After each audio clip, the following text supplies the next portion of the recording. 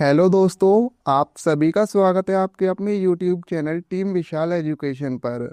आज की इस वीडियो में हम भारतीय संसद से संबंधित टॉप 50 प्रश्न करने वाले हैं, जिसमें प्रतियोगी परीक्षाओं में बार बार पूछे जाने वाले महत्वपूर्ण प्रश्न शामिल किए गए हैं। अगर आप किसी भी एग्जाम की तैयारी कर रहे हैं तो ये वीडियो आपके लिए काफ़ी ज़्यादा यूजफुल रहने वाली है। इसलिए वीडियो को आप शुरू से अंत तक जरूर देखें, क्योंकि हर प्रश्न आपके एग्जाम में काम आ सकता है। तो बिना किसी देरी के चलिए शुरू करते हैं आज के पहले प्रश्न से। तो भारत की संघीय व्यवस्थापिका को किस नाम से जाना जाता है? राइट आंसर हो जाएगा आपका ऑप्शन डी, संसद। तो दोस्तों, भारत की संघीय व्यवस्थापिका को संसद के नाम से जाना जाता है। भारतीय संविधान के अनुच्छेद 79 के अनुसार संसद 3 अंगों से मिलकर बनती है, राष्ट्रपति, लोकसभा और राज्यसभा से। लोकसभा और राज्यसभा संसद के 2 सदन हैं, जबकि पूरी संघीय व्यवस्थापिका को संसद कहा जाता है। नेक्स्ट क्वेश्चन है, भारतीय संसद के कितने सदन हैं? 1, 2, 3 या फिर 4? राइट आंसर हो जाएगा इस प्रश्न का ऑप्शन बी, 2। तो भारतीय संसद के 2 सदन हैं। भारतीय संसद के 2 सदन होते हैं, जिसमें लोकसभा निम्न सदन है और राज्यसभा उच्च सदन है। ध्यान रहे, राष्ट्रपति संसद का अभिन्न अंग होता है, लेकिन उसे संसद का सदन नहीं माना जाता है।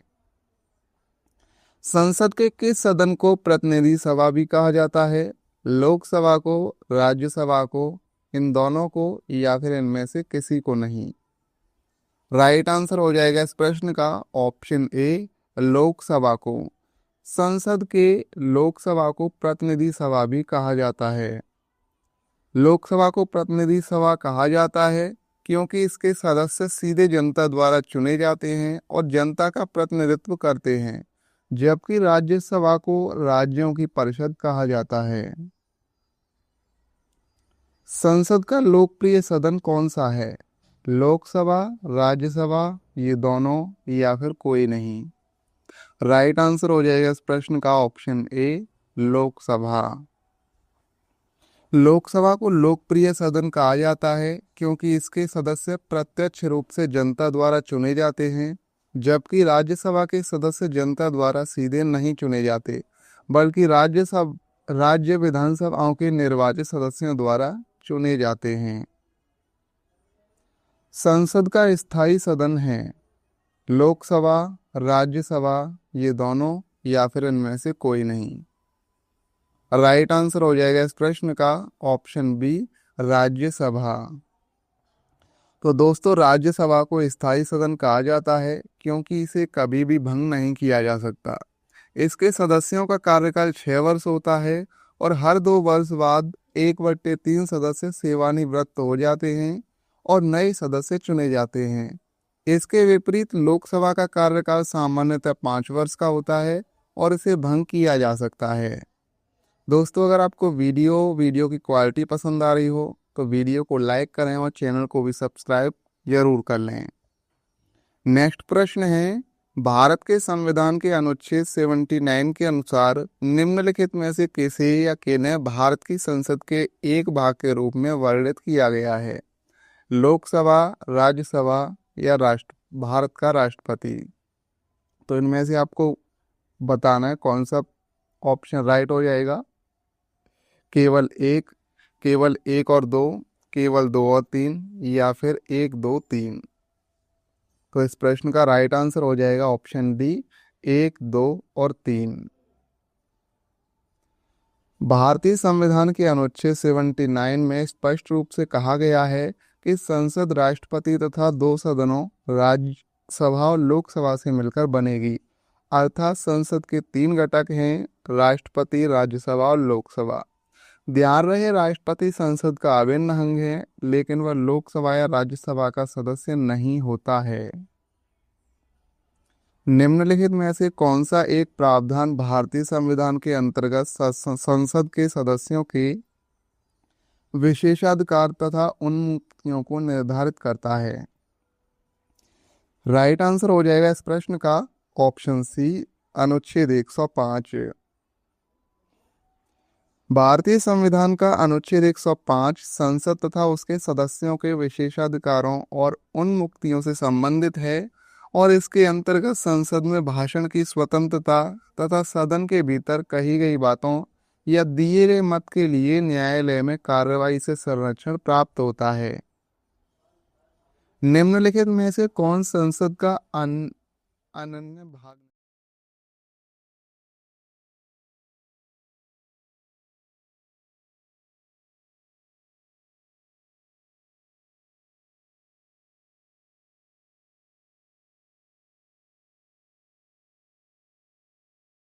अनुसार संसद तीन घटकों से मिलकर बनती है, जैसा कि अभी अब मैंने आपको पिछले प्रश्न में भी बताया है कि राष्ट्रपति, लोकसभा और राज्यसभा से।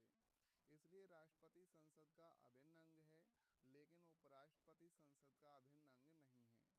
हालांकि उपराष्ट्रपति राज्यसभा के पदेन सभापति होते हैं, फिर भी उन्हें संसद का अंग नहीं माना जाता है। संसद का निर्माण निम्नलिखित में से किन के द्वारा होता है? राज्यसभा और लोकसभा के द्वारा, लोकसभा और राष्ट्रपति के द्वारा, लोकसभा, राज्यसभा और राष्ट्रपति के द्वारा, या फिर प्रधानमंत्री, लोकसभा और राज्यसभा इन तीनों के द्वारा। राइट आंसर हो जाएगा इस प्रश्न का ऑप्शन सी, लोकसभा, राज्यसभा और राष्ट्रपति के द्वारा। भारतीय संसद के कितने अंग हैं? 2, 3, 4, 1। राइट आंसर है इस प्रश्न का ऑप्शन बी, 3। तो भारतीय संसद के जो है वो 3 अंग हैं। भारतीय संविधान के किस अनुच्छेद में कहा गया है कि संघ के लिए एक संसद होगी जो राष्ट्रपति और 2 सदनों से मिलकर बनेगी? तो ये कहा गया है अनुच्छेद 79 में। निम्नलिखित कथनों में कौन सा असत्य है? लोकसभा को संसद का प्रथम सदन कहा जाता है, सही है ये। राज्यसभा को सदन का द्वितीय सदन कहा जाता है, ये भी सही है। राज्यसभा एक अस्थायी सदन है, ये गलत है। लोकसभा संसद का लोकप्रिय सदन है, ये सही है। तो इसमें पूछ रहा है प्रश्न में से कौन सा कथन असत्य है, तो हमारा राइट हो जाएगा ऑप्शन सी, राज्यसभा एक अस्थायी सदन है, जो कि गलत है। तो यही जो है हमारा आंसर सही हो जाएगा। राज्यसभा के सदस्यों का कार्यकाल 6 वर्ष का होता है और हर 2 वर्ष बाद इसके 1/3 सदस्य सेवानिवृत्त होते हैं। लोकसभा एक अस्थायी सदन है जिसका सामान्यतः कार्यकाल 5 वर्ष होता है और इसे भंग किया जा सकता है। निम्नलिखित कथनों में कौन सही है? लोकसभा भारतीय जनता की प्रतिनिधि सभा है, राज्यसभा संसद का उच्च सदन है, राज्यसभा राज्यों का प्रतिनिधित्व करता है। यानी ये तीनों ही सही हैं। इसलिए राइट आंसर हो जाएगा आपका ऑप्शन डी, उपर्युक्त सभी। संसद का निम्न सदन एवं उच्च सदन क्रमशः हैं: राज्यसभा एवं लोकसभा, लोकसभा एवं राज्यसभा, लोकसभा एवं विधानसभा, या राज्यसभा एवं विधानसभा। तो राइट आंसर हो जाएगा इस प्रश्न का ऑप्शन बी, लोकसभा एवं राज्यसभा। भारतीय संसद के 2 सदन हैं, लोकसभा निम्न सदन और राज्यसभा उच्च सदन। लोकसभा के सदस्य सीधे जनता द्वारा चुने जाते हैं, इसलिए इसे लोकप्रिय सदन भी कहा जाता है, जबकि राज्यसभा राज्यों का प्रतिनिधित्व करती है और स्थायी सदन कहलाती है। संसद को भंग करने के लिए कौन सक्षम है? राष्ट्रपति, उपराष्ट्रपति, प्रधानमंत्री, या फिर राज्यपाल? तो राइट आंसर हो जाएगा ऑप्शन ए, राष्ट्रपति। भारतीय संविधान के अनुसार लोकसभा को भंग करने की शक्ति राष्ट्रपति के पास होती है और राष्ट्रपति ये कार्य सामान्यतः प्रधानमंत्री और मंत्रिपरिषद की सलाह पर करते हैं। लेकिन ध्यान रहे कि राज्यसभा एक अस्थायी सदन है, इसलिए उसे भंग नहीं किया जा सकता। इसलिए व्यवहार में संसद को भंग करना कहने का अर्थ लोकसभा को भंग करना होता है। भारतीय संसद की संप्रभुता प्रतिबंधित है। राइट आंसर हो जाएगा इस प्रश्न का ऑप्शन बी न्यायिक समीक्षा से। भारत में संसद ब्रिटेन की संसद की तरह पूर्णतः सर्वोच्च नहीं है, और भारतीय संसद द्वारा बनाए गए कानूनों की सर्वोच्च न्यायालय और उच्च न्यायालय न्यायिक समीक्षा कर सकते हैं। यदि कोई कानून संविधान के विरुद्ध पाया जाता है तो न्यायालय उसे असंवैधानिक घोषित कर सकता है, और इसी कारण भारतीय संसद की संप्रभुता न्यायिक समीक्षा द्वारा सीमित मानी जाती है। संसद के कितने सत्र होते हैं? बजट सत्र, शीतकालीन सत्र, मानसून सत्र, या ये सभी? तो राइट आंसर हो जाएगा ऑप्शन डी, उपर्युक्त ये सभी। संसद के दो क्षेत्रों के बीच अधिकतम कितना अंतराल दिया जा सकता है? 1 महीना, 3 महीना, 6 महीना, या फिर 12 महीने? राइट आंसर हो जाएगा इस प्रश्न का ऑप्शन सी, 6 महीने। भारतीय संविधान के अनुच्छेद 85 के अनुसार संसद के एक सत्र की अंतिम बैठक और अगले सत्र की पहली बैठक के बीच 6 महीने से अधिक का अंतर नहीं होना चाहिए।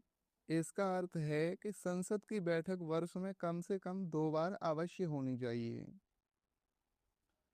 भारतीय संसद के दोनों सदनों की संयुक्त बैठक किस संबंध में होती है? संविधान संशोधन विधेयक, वित्त विधेयक, साधारण विधेयक, या फिर भारत के उपराष्ट्रपति का निर्वाचन? राइट आंसर है इस प्रश्न का ऑप्शन सी, साधारण विधेयक। जब लोकसभा और राज्यसभा के बीच किसी साधारण विधेयक पर गतिरोध उत्पन्न हो जाता है, तब राष्ट्रपति दोनों सदनों की संयुक्त बैठक बुला सकता है, और यह प्रावधान अनुच्छेद 108 में दिया गया है। संसद के दोनों सदनों का संयुक्त अधिवेशन आयोजित होता है भारत के राष्ट्रपति के निर्वाचन के लिए, भारत के उपराष्ट्रपति के निर्वाचन के लिए, संविधान में संशोधन से संबंधित विधेयक को पारित करने के लिए, या एक ऐसे विधेयक पर विचार करने और उसे पारित करने के लिए जिस पर दोनों सदनों में मतभेद हो। कूटों में से सही उत्तर का चयन करना है आपको। 1 एवं 4, 3 या 4, 1, 2, या फिर केवल 4? तो राइट आंसर हो जाएगा इस प्रश्न का ऑप्शन डी, केवल 4। यानी एक ऐसे विधेयक पर विचार करने और उसे पारित करने के लिए जिस पर दोनों सदनों में मतभेद हो। साधारण विधेयक से संबंधित गतिरोध को दूर करने के लिए संसद के दोनों सदनों की संयुक्त बैठक कौन बुलाता है? राष्ट्रपति, लोकसभा अध्यक्ष, राज्यसभा का सभापति, या फिर मंत्रिपरिषद बुलाता है? तो राइट आंसर हो जाएगा इस प्रश्न का ऑप्शन ए, राष्ट्रपति। भारतीय संविधान के अनुच्छेद 108 के अनुसार यदि किसी साधारण विधेयक पर लोकसभा और राज्यसभा के बीच गतिरोध उत्पन्न हो जाए तो राष्ट्रपति संयुक्त बैठक बुला सकता है, और संयुक्त बैठक का उद्देश्य दोनों सदनों के बीच मतभेद को समाप्त करना होता है। लोकसभा व राज्यसभा की संयुक्त बैठक कब होती है? राष्ट्रपति जब बुलाए, लोकसभा एवं राज्यसभा में मतभेद होने पर, संसद का सत्र शुरू होने पर, या फिर इनमें से कोई भी नहीं है? तो इसका राइट आंसर हो जाएगा ऑप्शन बी, लोकसभा एवं राज्यसभा में मतभेद होने पर। जब किसी कारण जब किसी साधारण विधेयक पर लोकसभा और राज्यसभा के बीच गतिरोध या मतभेद हो जाता है, तब मतभेद को दूर करने के लिए दोनों सदन की संयुक्त बैठक बुलाई जाती है, जैसा कि अभी मैंने आपको बताया है। लेकिन ध्यान रहे कि संयुक्त बैठक राष्ट्रपति बुलाते हैं, लेकिन बैठक मतभेद होने के कारण होती है। संसद के दोनों सदनों के साथ साथ बैठने पर निम्न होता है: भारत के उपराष्ट्रपति का चुनाव होता है, संविधान संशोधन बिल को स्वीकार करना, एक बिल जिस पर दोनों सदनों सहमत न हो पर उस विचार करना और पास होना, या फिर भारत के राष्ट्रपति का चुनाव। तो राइट आंसर है इस प्रश्न का ऑप्शन सी, एक बिल जिस पर दोनों सदन सहमत न हो उस पर विचार करना और पास होना। जब लोकसभा और राज्यसभा किसी साधारण विधेयक पर सहमत नहीं होते हैं और गतिरोध उत्पन्न हो जाता है, तब दोनों सदनों की संयुक्त बैठक बुलाई जाती है। इस संयुक्त बैठक में उस विधेयक पर चर्चा की जाती है और बहुमत से उसे पारित किया जा सकता है। यदि किसी सामान्य विधेयक पर राज्यसभा और लोकसभा के बीच गतिरोध आता है, तो इसका समाधान कौन करेगा? राष्ट्रपति, मंत्रिपरिषद, संयुक्त संसद का संयुक्त सत्र या फिर उच्चतम न्यायालय? राइट आंसर है इस प्रश्न का ऑप्शन सी, संसद का संयुक्त सत्र। जब किसी साधारण विधेयक पर लोकसभा और राज्यसभा के बीच मतभेद या गतिरोध हो जाता है, तो अनुच्छेद 108 के तहत दोनों सदनों की संयुक्त बैठक बुलाई जाती है और इस संयुक्त सत्र में दोनों सदनों के सदस्य मिलाकर मतदान करते हैं और बहुमत से निर्णय लिया जाता है। इसी से गतिरोध समाप्त होता है। स्वतंत्र भारत के संसदीय इतिहास में अभी तक कितनी बार संयुक्त बैठक बुलाई गई है? 2 बार, 4 बार, 3 बार या फिर 5 बार? राइट आंसर हो जाएगा इस प्रश्न का ऑप्शन सी, 3 बार। तो स्वतंत्र भारत के संसदीय इतिहास में अभी तक जो है वो कुल 3 बार संयुक्त बैठक बुलाई गई है। स्वतंत्र भारत के संसदीय इतिहास में अब तक संसद की संयुक्त बैठक 3 बार बुलाई गई है। दहेज निषेधक विधेयक 1961 में, बैंकिंग सेवा आयोग विधेयक 1978 में और आतंकवाद निवारण विधेयक 2002 में। ये 3 बार जो है वो बैठक बुलाई गई है। क्या राष्ट्रपति या उपराष्ट्रपति कभी संयुक्त अधिवेशन की अध्यक्षता करते हैं? हाँ, यदि संसद ऐसा चाहे, कभी नहीं या फिर इनमें से कोई नहीं। तो राइट आंसर है इस प्रश्न का ऑप्शन सी, कभी नहीं। संसद के संयुक्त अधिवेशन की अध्यक्षता राष्ट्रपति या उपराष्ट्रपति नहीं करते। भारतीय संविधान के अनुच्छेद 108 के अनुसार संयुक्त अधिवेशन की अध्यक्षता लोकसभा अध्यक्ष करते हैं। यदि लोकसभा अध्यक्ष अनुपस्थित हों तो उपाध्यक्ष अध्यक्षता करते हैं और उसके बाद राज्यसभा के उपसभापति अध्यक्षता करते हैं। नेक्स्ट प्रश्न है, संसद के दोनों सदनों के संयुक्त अधिवेशन की अध्यक्षता कौन करता है? राष्ट्रपति, प्रधानमंत्री, उपराष्ट्रपति या फिर लोकसभा अध्यक्ष? राइट आंसर है इस प्रश्न का ऑप्शन डी, लोकसभा अध्यक्ष।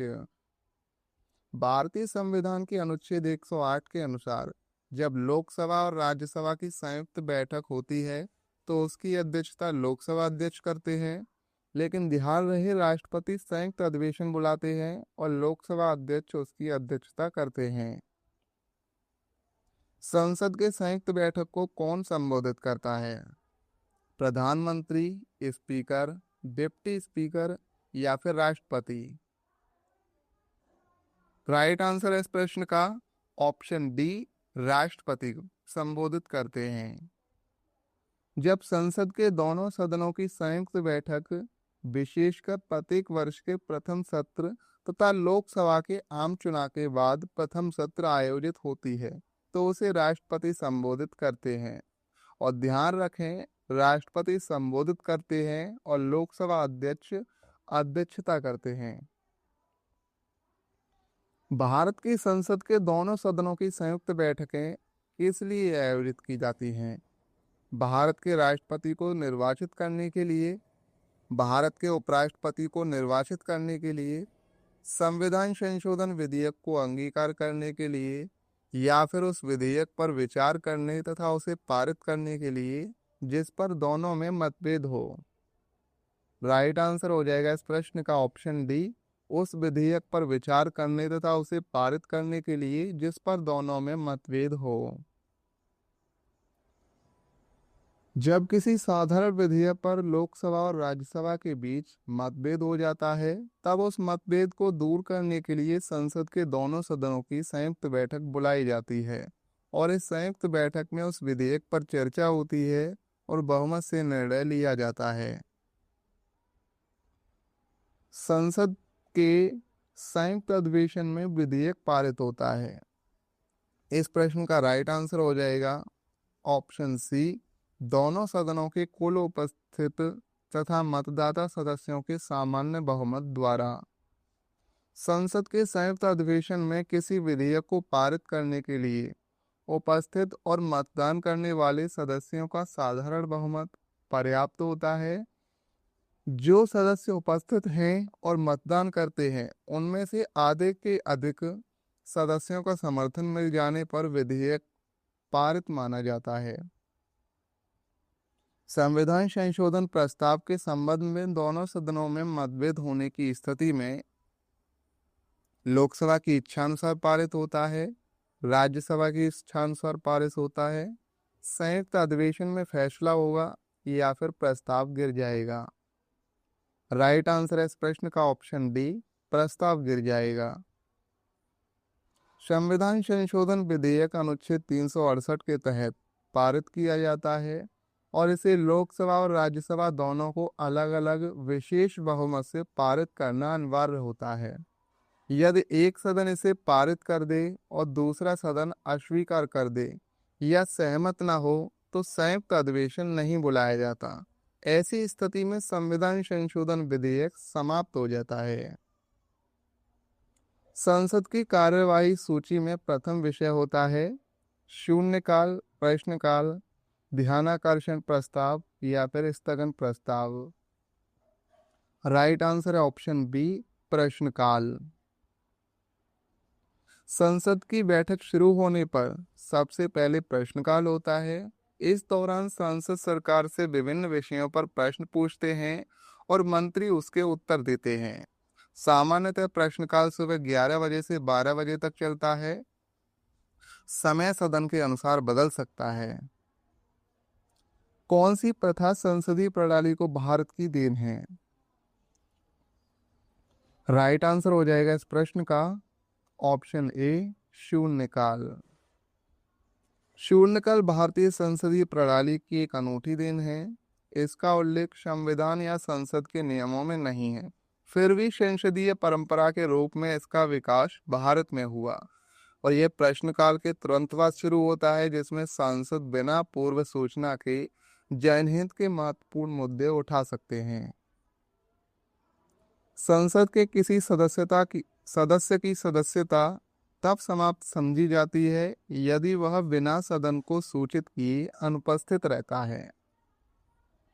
राइट आंसर है इस प्रश्न का ऑप्शन ए, 60 दिन तक। भारतीय संविधान के अनुच्छेद 101(4) के अनुसार यदि संसद का कोई सदस्य सदन की अनुमति के बिना लगातार 60 दिनों तक अनुपस्थित रहता है तो सदन उसकी सीट रिक्त घोषित कर सकता है। लेकिन ध्यान रहे यह 60 दिन की सदन की बैठक को संदर्भ में गिने जाते हैं और इसके लिए सदन की अनुमति आवश्यक होती है। एक वर्ष में कम से कम कितनी बार संसद की बैठक होना आवश्यक है?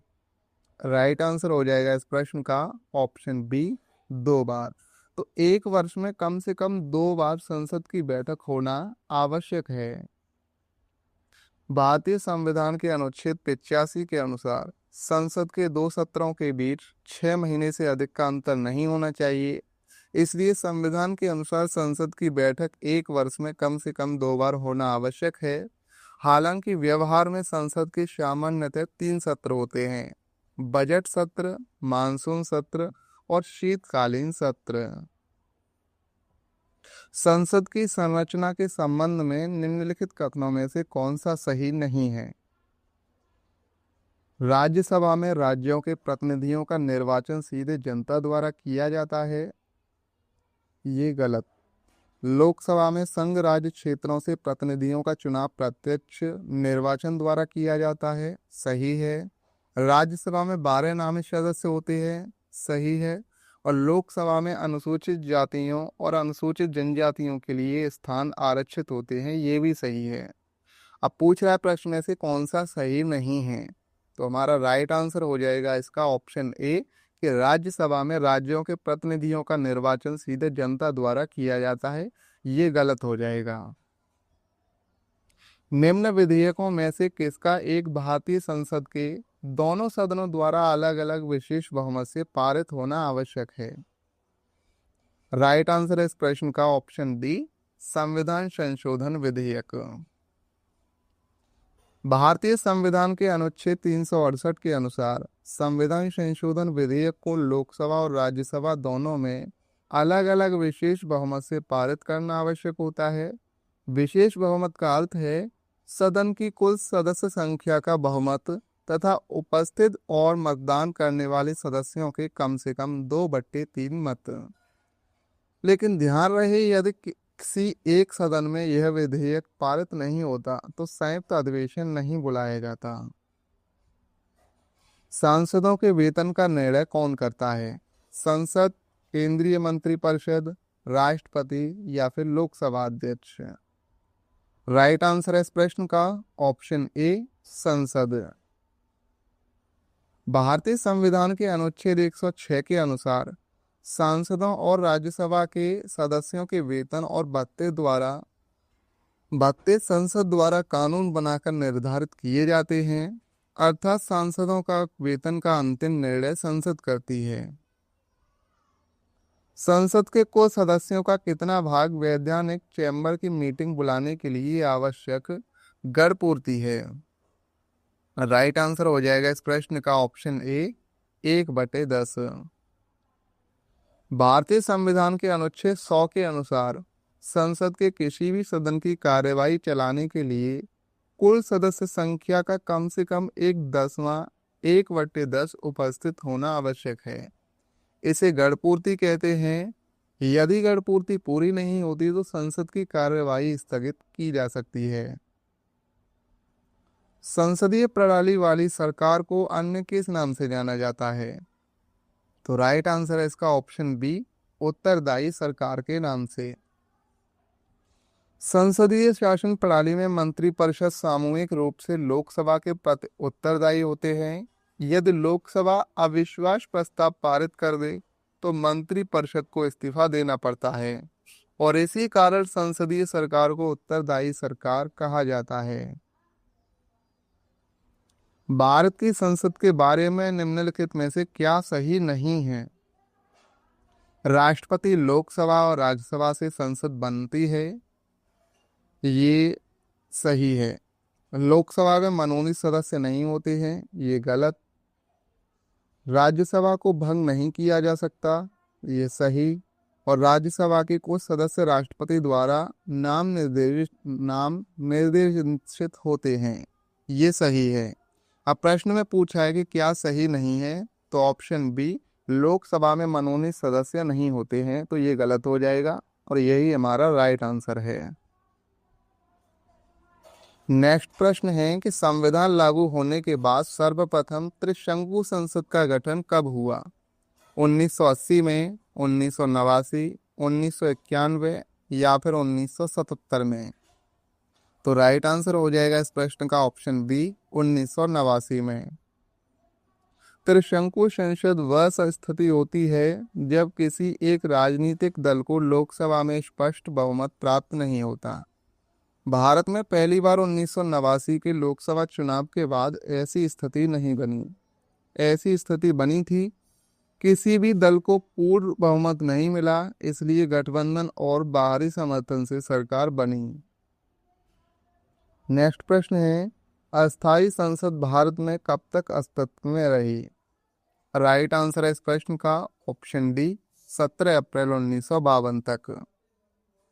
26 जनवरी 1950 को संविधान लागू होने के बाद संविधान सभा ही अस्थायी संसद के रूप में कार्य करती रही और इसके बाद 1951 से 52 में प्रथम आम चुनाव हुए और पहली लोकसभा के गठन तक अस्थायी संसद कार्यरत रही और 17 अप्रैल 1952 को अस्थायी संसद का कार्यकाल समाप्त हुआ। भारत की पार्लियामेंट का उद्घाटन कब हुआ था? 1917 में, 1927 में, 1937 या फिर 1947 में? राइट आंसर हो जाएगा इस प्रश्न का ऑप्शन बी, 1927 में। वर्तमान संसद भवन का उद्घाटन 18 जनवरी 1927 को तत्कालीन वायसराय लॉर्ड इरविन ने किया था और इस भवन का निर्माण ब्रिटिश काल में हुआ था और इसके वास्तुकार सर एडविन लोटियंस तथा सर हर्बर्ट बेकर थे। संसद के दोनों सदनों का सत्रावसान कौन करता है?